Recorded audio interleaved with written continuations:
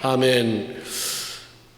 오늘도 복된 성일에 주님 앞에 나와 예배하는 여러분 모두가 주일이기 때문에 왔기는 했지만 지난 주일과는 다른, 그 여느 때와 다른 오늘만 또 누리게 되는 그 하늘의 복, 하나님의 음성을 듣고 말할 수 없는 즐거움, 기쁨을 가지고 돌아갈 수 있는 그런 복된 성일, 복된 자리, 복된 여러분 다 되기를 주의 이름으로 축원을 드립니다. 하나님께서 주신 성경 창세기 1장 1절은 하나님이 태초에 천지를 창조하시느라 이렇게 시작을 해서 요한계시록이 22장 20절 21절로 끝났는데 거기에 아멘 주 예수 오시옵소서 21절의 끝에 아멘 이렇게 끝을 맺고 있습니다. 창조로 시작된 이 세상은 돌고 도는 것이 아니라 계속해서 종말을 향해 일직선상으로 흘러가고 있고 언젠가는 그 막을 내리는 시간이 찾아온다. 그것이 성경이 누누이 우리에게 들려주시는 말씀입니다. 언제가 종말인가? 종말에는 두 가지가 있죠. 하나는 개인적인 종말, 이것은 내가 죽음으로 이 땅의 삶을 마치는 것, 그 우리의 종말입니다. 우주적인 종말은 예수 그리스도께서 이 땅에 다시 오심으로 찾아오는 것이죠. 예수 그리스도의 재림, 이 날은 인류의 종말을 고하는 날입니다. 창조는 끝으로 가서 마지막 심판으로 끝을 맺게 되어 있기 때문입니다. 예수님의 재림에 대한 이야기는 신약만도 318번, 318번 언급이 되고 있습니다. 예수님은 이 땅에 살아계신 동안에 복음을 전했잖아요. 병자들 고쳤습니다. 귀신 들린 자 치유해냈어요. 그러면서 나 십자가에 죽는다. 그 3일 만에 부활한다. 십자가를 지기 위해서 오셨으니까. 그런데 거기서 끝난 게 아니라 부활, 승천 그 이후에 이제 다시 내가 온다라는 말씀도 사이사이에 눈이 말씀하고 계십니다. 요한복음 14장 2절 3절 내 아버지 집에 거할 것이 많도다. 그렇지 않으면 내가 너에게 일렀으리라. 내가 너희를 위하여 처소를 예비하러 가노니 가서 너희를 위하여 처소를 예비하면 다 따라합시다. 내가 다시 와서 예수님 살아계실 때 하신 거예요. 그 말씀 내가 다시 와서 너희를 내게로 영접하여 나 있는 곳에 너희도 있게 하리라. 내가 다시 와서 주님 하신 말씀입니다. 그리고 계시록 22장을 마칠 때 내가 진실로 내가 누구예요? 예수님께서 내가 진실로 속히 오리라 말씀하셨습니다. 예수님의 재림에 대한 언급, 이 예언 신구약 성경에 나오는 거 다 이루어졌습니다. 신구약 성경의 예언은 다 이루어지고 하나 남았어요. 마지막 남은 예언은 예수 그리스도가 다시 온다. 이제 온다. 처음 온다는 이루어졌잖아요. 죽는다. 이루어졌어요. 부활한다. 이루어졌어요. 하늘로 올라갈 것이다. 이루어졌습니다. 다시 올 것이다. 아직 이제 남은 그 예언인데 이건 남았습니다. 이것은 반드시 이루어질 지상 최대 사건이 될 것입니다. 그러기에 요한계시록 1장 7절에 보면 볼지어다 구름을 타고 오시리라. 그날에 각인의 눈이 그를 보겠고 그를 찌른 자도 볼 것이요 땅에 있는 모든 족속이 그로 인하여서 애곡을 하리니 그러하리라. 아멘. 이렇게 말씀하고 있습니다. 예수님은 부활하신 후에 40일 동안 이 땅에 머무셨습니다. 그 제자들 찾아다니시고 나 죽지 않았다, 살아났다, 내가 얘기했지 않느냐, 부활했지. 그 주님 다 만져보게 하시고 다 확인시키시고 그들 일으키셨어요. 용기를 주시고 그리고 승천하셨습니다. 그때 승천은 제자들이 보는 가운데 하늘로 올라가셨어요. 예수님 이제 잡혀 있는 사람들 이분이 이렇게 올라가는 거예요. 너무 신기하고 너무 두렵고 그리고 이렇게 가시면 이제 영원히 끝인가 아쉬움에 꽉 차있는 제자들이 계속 쳐다보는데 구름이 예수님을 가려서 보이지 않게 될 때까지 예수님이 사라졌는데도 멍하니 바라보고 있으니까 천사가 나타나서 사도행전 1장 11절 갈릴리 사람들아, 누구 제자들 말하는 거죠. 갈릴리 어부였던 사람들, 갈릴리 사람들아 너희가 어찌하여 서서 하늘을 쳐다보느냐. 너희 가운데서 하늘로 올라오신 그분 예수는 하늘로 가심 지금 봤지? 가심을 본 그대로 다시 오시리라. 예수님께서 메시아로 이 땅에 처음 오실 때는 어린 아기로 마리아의 몸을 통해서 말구유에 태어나셨습니다. 그러나 다시 오시는 재림 시에는 세상을 심판하실 만왕의 왕으로 오신다. 성경 그렇게 말씀합니다. 초대교회 많은 성도들, 많은 제자들이 주님의 다시 오실 날을 기다리며 목숨을 걸었어요. 이게 얼마나 소중한 거. 이 땅의 삶 길어봐야 얼마냐 이거예요. 내가 어디에 투자할 것인가를 분명히 하는 거예요. 잠깐 이때 내가 내 목숨, 내 생을 바칠 거냐, 아니면 영원한 나라에 하나님 그 나라에 내 삶을 쏟을 것이냐. 그래서 목숨을 걸고 복음을 전했어요. 그래서 순교당하는 걸 기쁘게, 잡혀가는 것을 기쁘게, 나를 어떻게 하나님이 그렇게 그런 자리에 설 수 있도록 기회를 주셨단 말인가? 우리와는 사뭇 다르잖아요. 왜 내가 해야 되고가 아니라 나를 죽는 자리에 부르시다니, 하나님의 영광을 위해서 이렇게 내 삶을 쏟아볼 수 있는 자리에 부르시다니. 그런데 시간이 지나면서 주님의 재림에 대한 말씀은 점점 희석되어 가고 있어요. 믿지 않을 뿐만 아니라 어리석은, 엄마 좀 그만해. 너 좀 그만 좀 해라. 지금은 몇 세기인데 예수 재림 타령을 하고 있느냐. 어리석은 짓을 한다고 그렇게 조롱하는 사람들이 생겨났습니다. 거짓 교사들, 그 당시만 해도 거짓 교사들의 가르침은 예수님의 재림 바라보며 사는 사람들을 넘어지게 만들었고, 사람들을 자꾸 주님으로부터 멀어지게 만들었습니다. 그들의 이야기는 오늘 본문에 베드로가 얘기한 것처럼 이렇게 얘기한다 이 말이에요. 주께서 강림하신다는 약속이 어디 있느냐.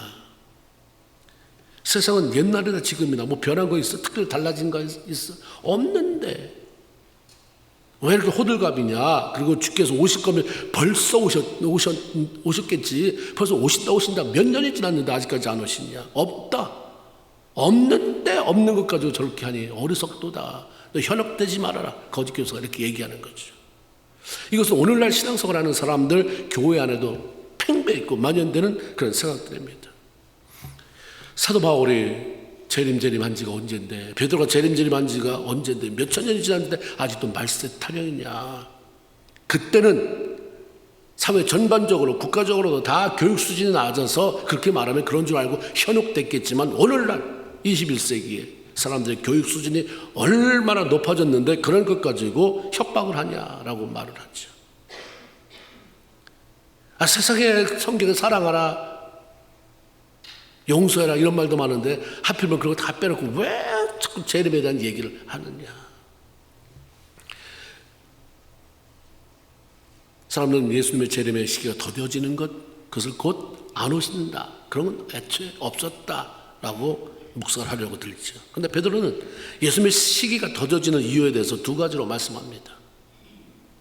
하나는 하나님의 시간과 인간의 시간이 다르기 때문이다. 8절에 사랑하는 자들아, 주께는 하루가 천년 같고 천년이 하루 같은 이 한 가지를 잊지 말아라. 하루가 천년, 천년이 하루 같은 잊지 말아라. 내 머릿속에서 꼭 기억하고 있어라. 새겨 넣어라. 이게 잊지 말아라입니다. 하나님의 시간 개념과 인간의 시간 개념이 달라서 그런 것이지, 주님은 반드시 오신다. 주님의 시간대 반드시 오신다. 이거 잊지 말아라. 네 머릿속에 새겨둬라. 하루살의 일생은 며칠입니까? 일생이 하루죠. 하루살이든 하루 살면 뭘 산 거예요? 전생을 다 산 거예요. 사람의 일생은 모르게 성경에 나온 대로 70이요. 강건하면 80이라도 뭐 100세까지 산다고 칩시다. 그거 70년. 그러면 이게 70년이면 하루 사이로 따지면 360일 곱하기 70이니까 25,200이에요. 25,200년의 생을 산 거야, 하나 사람이. 인간을 저렇게 오래 산다고? 우리는 그게 대단합니까? 대단하지 않아요. 하루살이가 인간의 시간 개념을 헤아릴 수 없어요. 우리가 하나님의 시간 개념을 알 수 없어요. 내 생각으로 그렇다 틀리다 너무 오만방자한 거예요.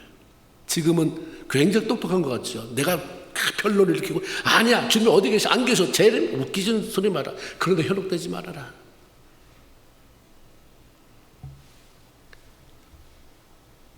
하늘 땅보다 높은 같이 지금 그렇게 말씀하셨어요. 내 생각은 내 생각보다 높으며.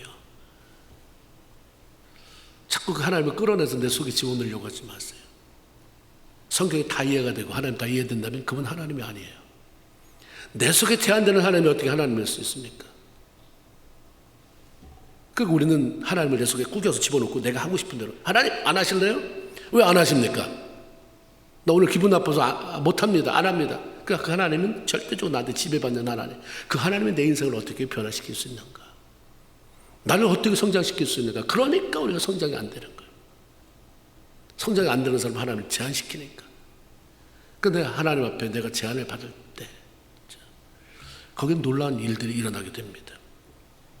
우리의 천년이 그분에게는 그저 하루에 지나지 않을 수도 있습니다. 시편 40편, 시편 90편 4절에 주의 목전에는 천년이 지나간 어젯밤 같으며 밤의 한순간 같을 뿐이다.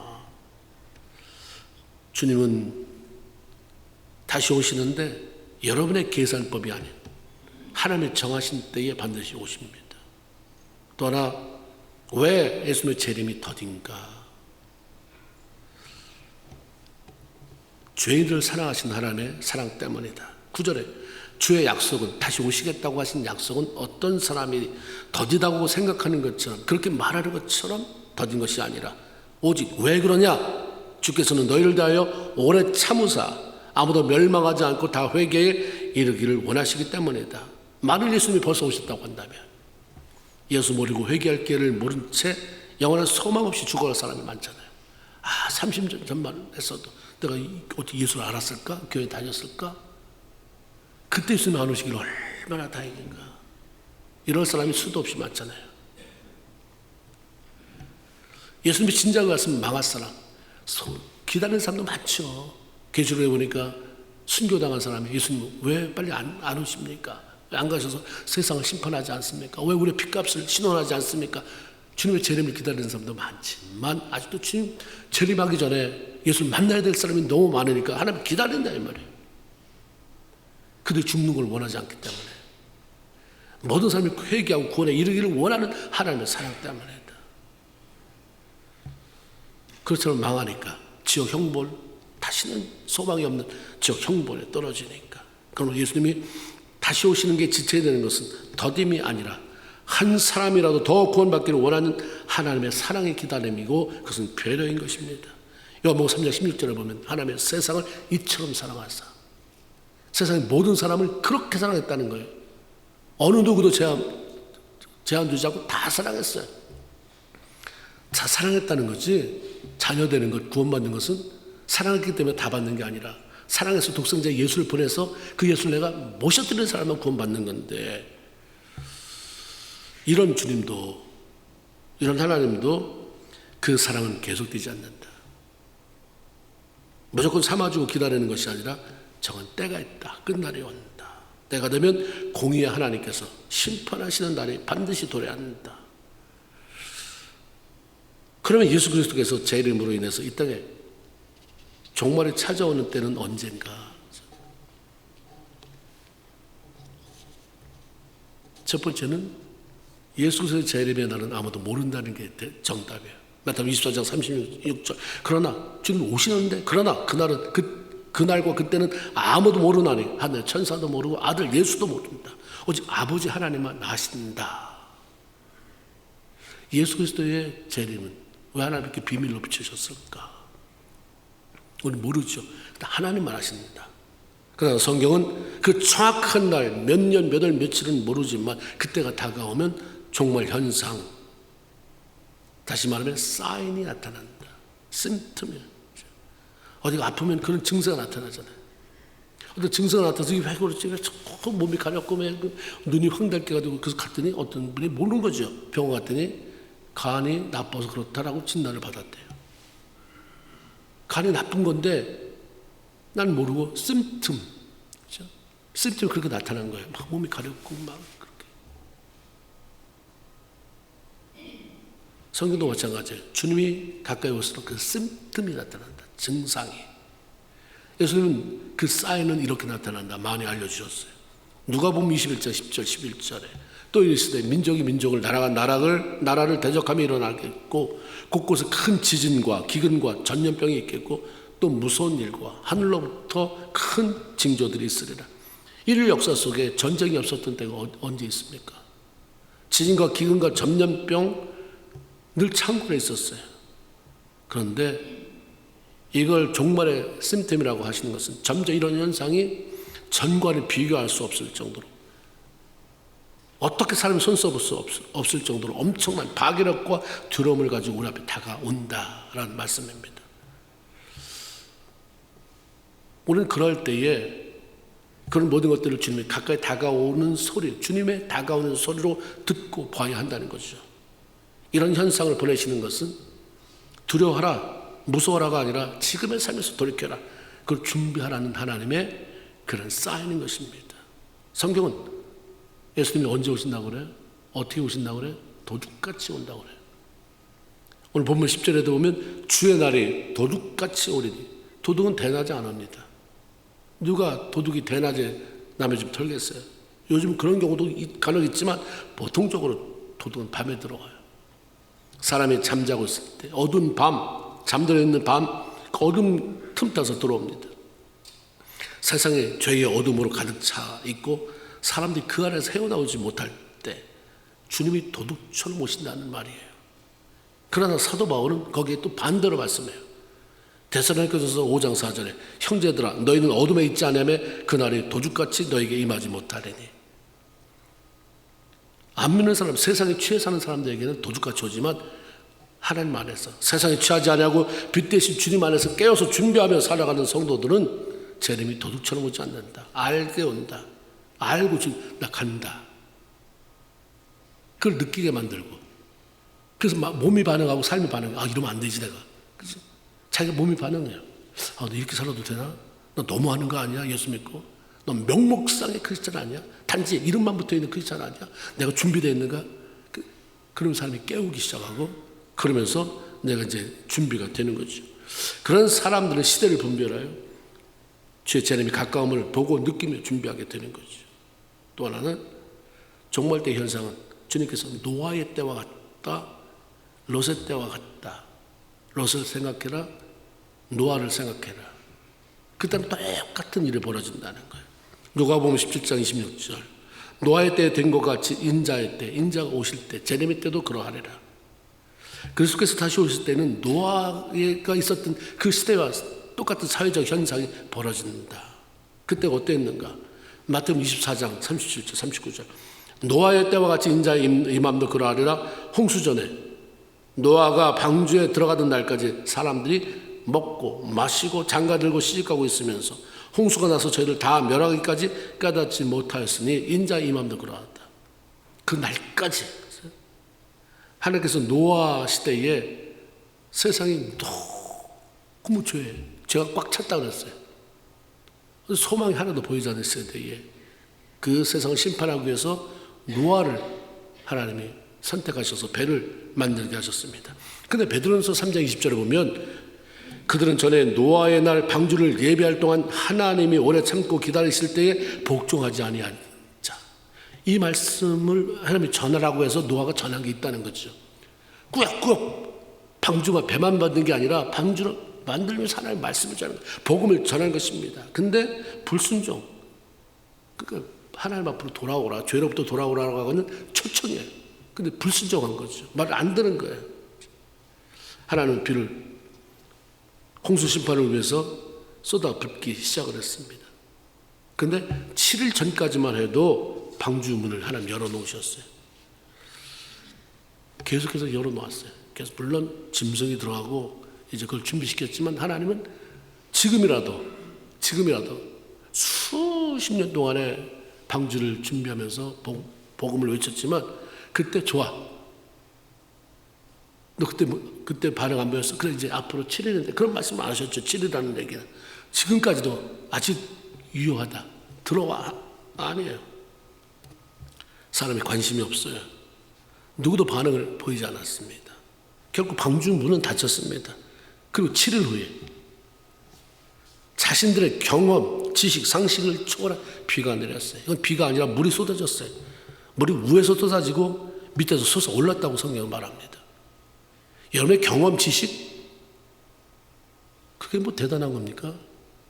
여러분이 박사라고 해도 그 박사가 자기가 전공한 거 그 부분을 조금 남보다 더 아는 부분이지 그가 뭘 다 알아서 박사입니까? 내 지식 경험, 무슨 상상력 굉장히 초라한 거예요. 저 한번 건드려 놓으면 와 이게 이럴 수가 있나가 아니 어떻게 이런 일이 이게 가능하다고가 되는 거죠. 방제 타고 삶을 돌이키고 아직 유효하니까 이리 빨리 와서 타라. 하나님이 이거 물로 심판하시는데 안 물어봤겠어요. 사람들이 저기 뭐냐 배다. 배가 뭔데? 그때 비를 몰랐으니까. 하늘에서 비가 내리는데 물이 내려오는데 그래서 다 덮는데 그러면 어떻게 하겠어? 그 자서 깔깔깔 아이고 배야 이런 멍청이 같은 미친놈이 늙으니 그랬다고. 너 그것 때문에 네 부인도 잡아놓고 네 아들 셋도 잡아놓고 시집와서 살 그 며느리 셋도 잡아놓고 그 짓 하는 거냐? 도무지 반응 안 보였어. 가까운 사람한테 그래도 저 사람은 나한테 가까우니까 그 전화하면 나 좀 바빠. 나 돈 벌러 가야 되는데 오늘 약속 있어. 시집 가야 돼. 장가 가야 돼. 나 데이트해야 돼. 이런 이런저런 이유를 대면서 하나님의 초청에 응하지 않고 외면했어요. 그랬던 사람이 삽시간에 사라져 버렸어요. 몇 년에 걸쳐서 사라지지 않았어요. 삽시간에 모두 수장이 되어 버렸습니다. 그리고 마침내 사람들이 미친 노인에 취급하던 노아 부부 그 순종에서 꾸역꾸역 아버지가 하나님 말씀 듣는 사람이니 아버지가 시키는 대로 순종하면 하나님이 기뻐하시겠지. 순종해서 함께 배를 지었던 아들 셋 남편이 그렇게 믿음의 사람이고 신실하니 남편이 하자는 대로 하면 하나님 기뻐하시겠지. 동참했던 며느리 셋 아내 셋 모두 8식구만 남았습니다. 마지막도 이렇다. 또한 종말의 때는 롯의 때와 같다라고 말씀합니다. 마태복음 24장 28절 29절 또 롯의 때와 같으니 사람들이 먹고 마시고 사고 팔고 심고 집을 짓더니 롯이 소돔에서 나가던 날에 하늘로부터 불과 유황이 비오듯 하여 그들을 멸망시켰느니라. 롯에게는 여러분 잘 아는 것처럼 부인이 있었습니다. 딸 둘이 있었어요. 아들 없었어요. 그들에게는 사위만 둘, 그래서 6식구잖아요. 근데 하나님이 롯에게 여기 멸망한다. 근데 아브라함이 조카잖아요.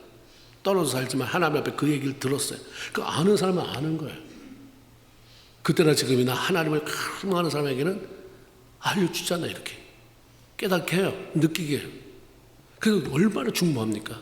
하나님 소돔과 고모라에 내 조카 롯이 있는데 멸망시키겠다고요? 걔는 틀릴 텐데 하나님 나 같이 살았는데 정말 하나님 사랑하는 애예요. 의인이란 말이에요. 그 의인 50명 있으면 멸망 보류하시겠습니까? 그래 찾아라. 아무래도 없는 거예요. 45 그러다가 50이 아니라 이제 나중에 황송하니까 10씩 떨어져요. 40, 30, 20, 10 다 멸망하기로 하나만 하고 아브라함의 중보 때문에 롯은 살려냈잖아요. 여기 멸망시킬 때니까 식구 데리고 다 나가라. 그래서 사위에게만 했는데 그들은 정말로 박장대소하면서 아버님 보세요. 이렇게 문명이 발달되어 있는데 이 시기에 소돔과 고모라처럼 이렇게 사람들이 똑똑하고 부유하고 그렇게 진보적인 생각을 가진 사람이 어디 있다고. 무슨 멀쩡한 도시에 어떻게 유형불이 떨어집니까? 농담으로. 이게 하나님 충격이었던 것 같아요. 단어를 농담으로 여겼더라. 농담이라는 단어가 어쩌다가 롯의 사위 둘이 한 게 아니라 이것 때문에 망하는구나. 농담으로 우습게 농담을 여겼다는 게 왜 진지하게 생각하지 않는다는 얘기예요. 귀등으로 그냥 에이 뭐 그럴 일이 다시는 그런 얘기하지 마. 시끄러워. 딱 잘라버리는. 지금 볼 땐 다 농담류에 속하는 거죠. 그래서 농담을 여기고 머물렀는데 그냥 망한 거죠. 뭐 소돔과 고모라 성과 함께 망했어요. 부인은 나오기는 했지만 세상에 대한 미련이 남아서 딱 결단하고 하나님 시킨 대로 앞으로 나가지 못하고 뒤돌아보다가 소금기둥이 되는 비극을 맞이했다. 마지막도 이런 일이 생긴다. 주님 오실 때 대표적인 현상은 바로 무관심이에요. 하나님에 대한 무관심, 자기 사랑이에요. 디모데서에도 계속해서 많은 게 나오는데 돈 사랑, 자기 사랑, 하나님에 대한 무관심. 너를 봐라. 하나님 사랑하냐, 돈 사랑하냐. 하나님에 대한 관심이 있느냐, 너에 대한 관심이 크냐. 하나님이 원하신다면 네가 그렇게 좋아하는 거 딱 스탑하고 그거 우선순위에 둘 수 있겠느냐? 우리 그렇게 못하고 살아요. 자기 사랑, 하나님에 대한 무관심. 이건 그때부터 지금까지 계속되는 비극을 초래하는 요인들이었습니다. 하나님의 말씀을 농담으로 여기진 않아요. 최소한 여기 교회 나온 사람은 에이 이런 사람은 별로 없어요. 그런 사람은 어떻게 하다가 그냥 사라져 버리잖아요. 농담으로 여기진 않지만 자기 사랑, 세상에 대한 미련은 버리지 못해서 주님 천적으로 따르지 못하고 자꾸 두리번거리고 뒤돌아보다가 그냥 무너지는 롯의 처와 같은 그런 신세가 되어버리는 경우도 많이 있다. 여기서 그런 말씀하는 거죠. 그러면 어떻게 해야 하는가? 준비하며 살아라. 어떻게 준비하는가? 11절 12절. 그러면 너희가 어떤 사람이 되어야 마땅하냐? 물어보잖아요. 그럼 이제 여러분 대답해 보세요. 이렇게 되는데 에이 뭐 내 대 오겠어. 난 이게 최선입니다. 더 이상 요구하지 마세요. 그러면 그렇게 사는 것이고. 그래요? 어떻게 준비할까요? 나 잘 모르겠는데 주님 성령님을 통해서 지혜 주세요. 알려주세요. 깨닫게 해주세요. 이런 사람도 있을 것이고. 성경 두저거리면서 아 성경이 이렇게 말씀했는데 그렇게 살아야 되겠네요. 그런 분들도 있을 것이고요. 성경 베드로 사도는 대답을 해줘요. 어떤 사람에 대해 마땅하냐? 네 대답을 해라. 근데 내가 이 말씀을 통해서 너에게 제안하고 싶은 것은 거룩한 행실과 경건함으로 하나님의 나라가 임하기를 바라보고 간절히 사모해라. 거룩한 행실과 경건함으로 하나님의 나라를 바라보고 사모해라. 첫째 거룩하고 경건한 삶을 살아라. 자신이 내가 하나님의 자녀라는 신분을 분명히 하고 그에 걸맞게 세상과 구별된 삶, 이 거룩한 삶입니다. 우리는 내 신분이 뭔지 잘 모르고 알아도 세상에서 구별되고 싶지 않아요. 그러니까 세상에 가면 세상 사람이에요. 그러니까 그 사람들하고 같이 하면 누가 예수 믿는 사람이 누가 아닌지 잘 몰라요. 제가 8.15 광복절 예배, 연합 예배 여기서 들을 때 캔서스만 해도 미국 전역만 해도 뭐 전역은 다 안 가봤으니까 예수 안 믿는 집사가 너무 많더라. 그런데 예수 안 믿어요. 신앙도 없어요. 교회도 안 나오는데 자기들 다 집사라고 부르는 다 집사예요. 다 집사. 여기서 집사 받고 저기서 집사 받고 다 집사를 받았는데 믿음은 하나도 없고 교회는 안 나가는데 호칭은 다 집사님이에요. 이걸 도대체 어떻게 정리할 것이냐. 집사의 이름이 땅바닥에 떨어진 세대가 됐어요. 초대교회는 7 집사는 성령과 지혜가 충만한 사람들. 그리고 그 중에 한 사람 수다방 같은 사람은 순교까지 했던 사람인데 오늘날은 교회 안 다니는 집사가 이렇게 많은데 그 집사는 뭐 하는 집사냐 이 말이에요. 남의 집에 청소해주고 관리해주는 그 집사냐. 그렇죠? 세상과 구별된 삶이에요. 뭐라든 나가면 당당해 나 예수 믿는 사람이라고 얘기하는. 근데 그러고 싶지 않은 거죠. 거기에 그때 가서 거기 같이 동화되고 나 하고 싶은 거 저 사람 하는 거 나도 하고 싶고 하니까 나 교회 열심히 나가서 아예 뭐 알아서 적당히가 돼버리는 거예요. 그래 너도 그렇게 믿으면 안 된다고 얘기해야 되는 사람들이 그 얘기를 못하니까 세상이 이렇게 돼가고 주님의 한탄이 커가는 것이고 세상은 점점 어두워가는 것이고 주님이 오실 수밖에 없게 되는 것입니다. 내가 하고 싶은 대로가 아니라 하나님의 말씀대로 채우고 그 말씀의 인도함을 받으며 살아가는 것이 경건한 삶입니다. 그래서 디모데전서 4장 5절 사도 바울이 말씀과 기도로 거룩해지고 말씀과 기도가 없으면 거룩해질 수가 없어요. 도덕책을 아무리 많이 윤리책을 읽어도 윤리적인 사람, 도덕적인 사람 빨간불일 때는 건너가지 말아야지, 거짓말 시키지 말아야지, 이런 도덕적이고 윤리적인 바른 사람은 될 수 있지만 거룩한 사람은 턱도 없는 거예요. 그것은 말씀과 기도입니다. 말씀을 읽을 때 이렇게 사는 것이 하나님이 원하는구나 방향이 제시되고 기도할 때 그 방향대로 따를 힘이 생기는 것입니다. 그 마지막에 올수록 말씀 잡아야 돼요. 제가 정확한 통계인지는 모르겠어요. 그냥 제가 그 인터넷에서 본 거기 때문에 미국 사람의 통계를 냈는데 그 사람 중에 93%가 1년에 성경 한 번도 1년에 성경 아니라 지금까지 믿어오면서 성경 한 번도 일독도 해보지 못했던 사람이 93%라고 나왔어요. 어떻게 그랬는데 내가 가만히 생각하니까 가능할 수 있겠다. 많이 본 것은 많이 읽은 사람들이 평균을 낸 거 아니에요. 일생 동안 성경을 한 번도 못 읽고 나 예수 믿었다, 교회 다닌다, 이제 죽는다. 근데 성경은 한 번 읽어보지 못합니다. 누가 그렇게 통계를 어떻게 내는지 모르지만 어떻게 93%가 일생 예수 믿으면서 성경 한 번도 읽어보지 않은 사람이 가능하겠구나. 그런 사람이 무슨 디렉션을 가지고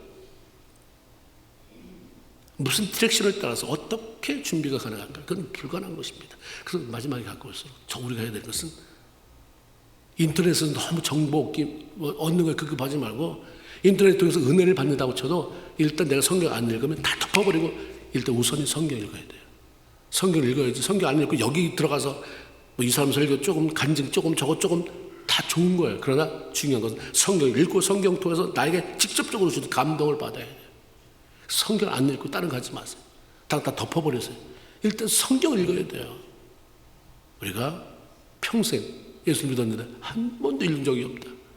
1년에 한 번도 못 읽었다. 그러면 그것도 안타까운 일이지만 그나마 평생 한 번도 못 읽은 거하고는 급이 다른 거죠.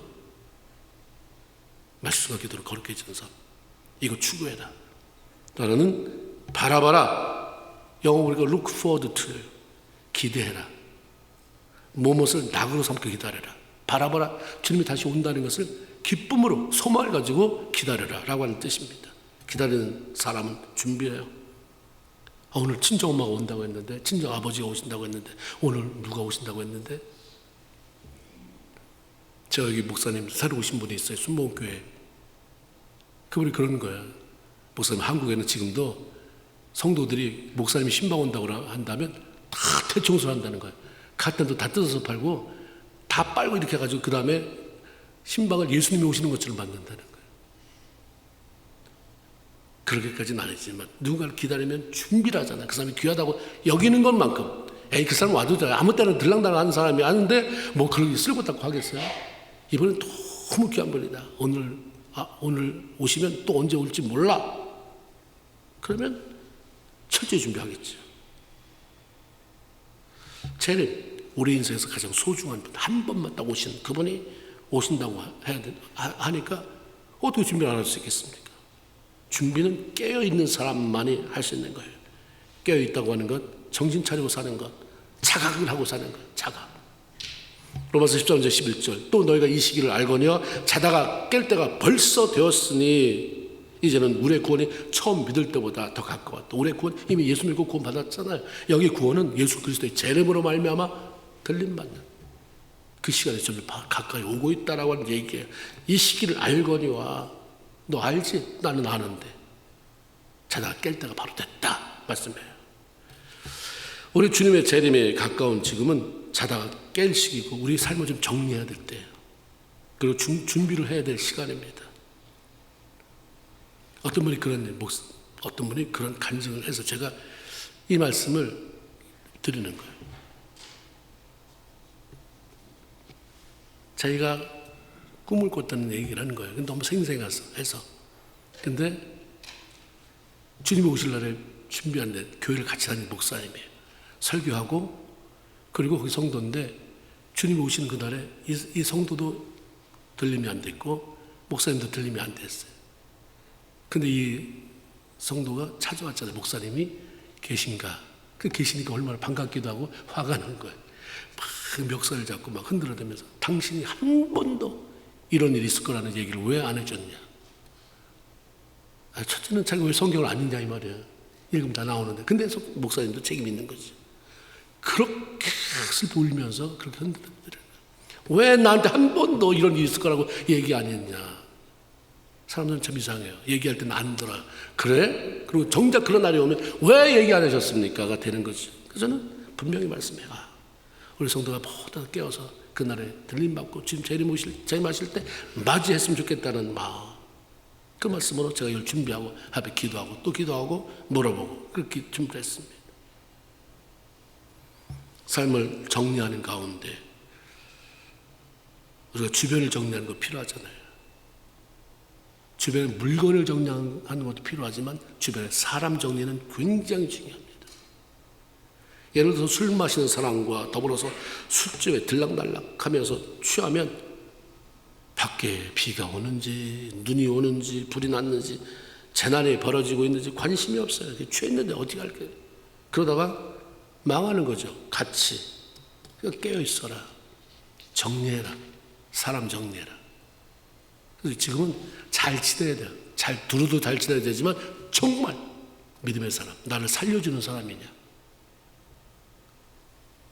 나를 좌절하게 만들고 신앙에서 떠나게 만드는, 만나면 기분이 나빠져요. 만날 때는 좋은데 끝나면 갈 때는 그냥 뭘 주워드는 이 소문이 너무너무 많은 거예요. 안 들어도 되는데 그래? 그런 사람이 10명이 모여서 10명이 다 하나씩 주워다가 줬다고 하면 그 사람은 완전히 무너지는 거예요. 망하는 거 아닙니까? 우리는 주변에 내가 어떤 영향을 끼친 사람인가. 철을 날카롭게 한다고 했던 것처럼 좋은 사람이 다른 사람을 예민하게 깨워줄 수 있는 거지, 그렇지 않다고 한다면 우리는 주변을 정리할 좀 필요가 있다. 그렇다고 해서 보지 말고 살아라는 게 아닌 것이에요. 또 하나는 간절히 사모해라.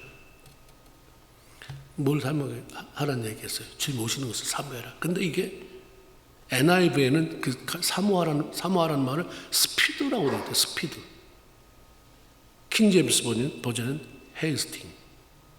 스피드, 속도를 내라. 헤이스팅, 서둘러라. 이런.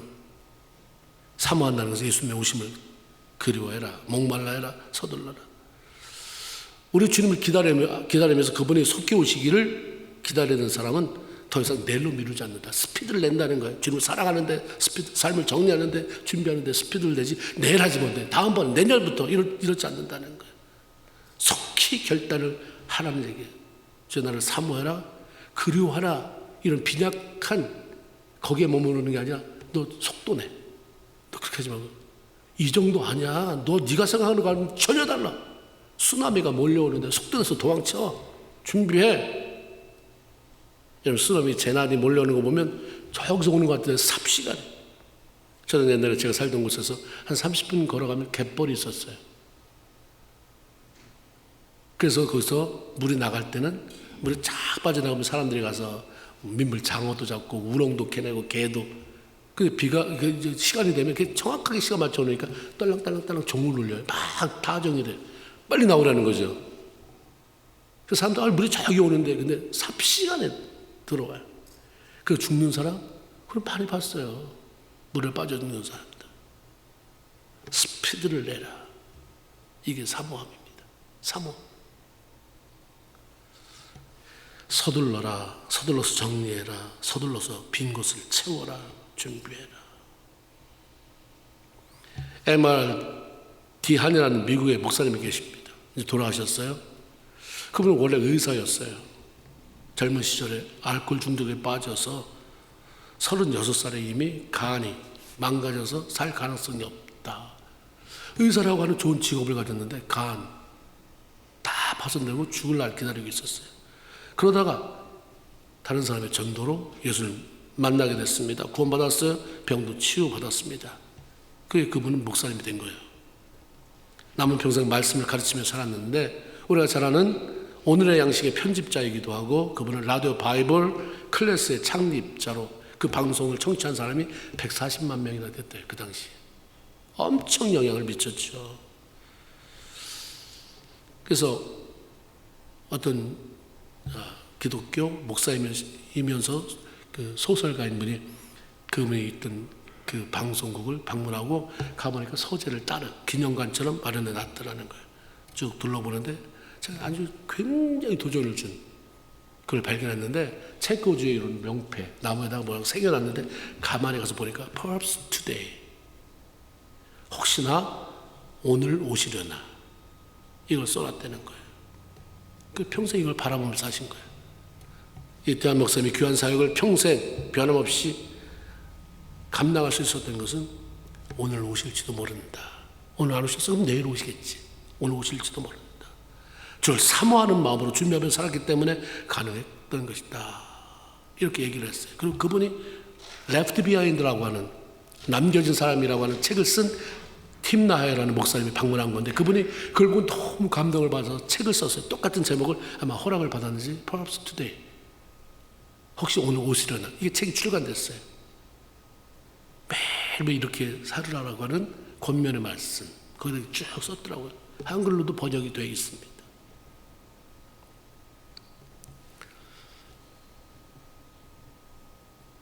오늘 주님이 오실 수도 있다. 그걸 진지하게 가정하고 산다면 그걸 사모하겠죠. 준비하겠죠. 전에 하던 대로 그렇게 똑같이 살지는 않을 것입니다. 고린도후서 6장 2절 보라 지금은 은혜 받을 만한 때요. 보라 지금은 구원의 날이다. 지금은 내가 결단하고 계획하고 돌아오면 은혜가 부어지는 그런 은혜의 시기다. 지금은 은혜의 때다. 그 말은 지금이 아닌 때가 있다는 거죠. 그때가 아닌 닫힐 때. 이 시기가 지나면 은혜의 문이 닫혀져요.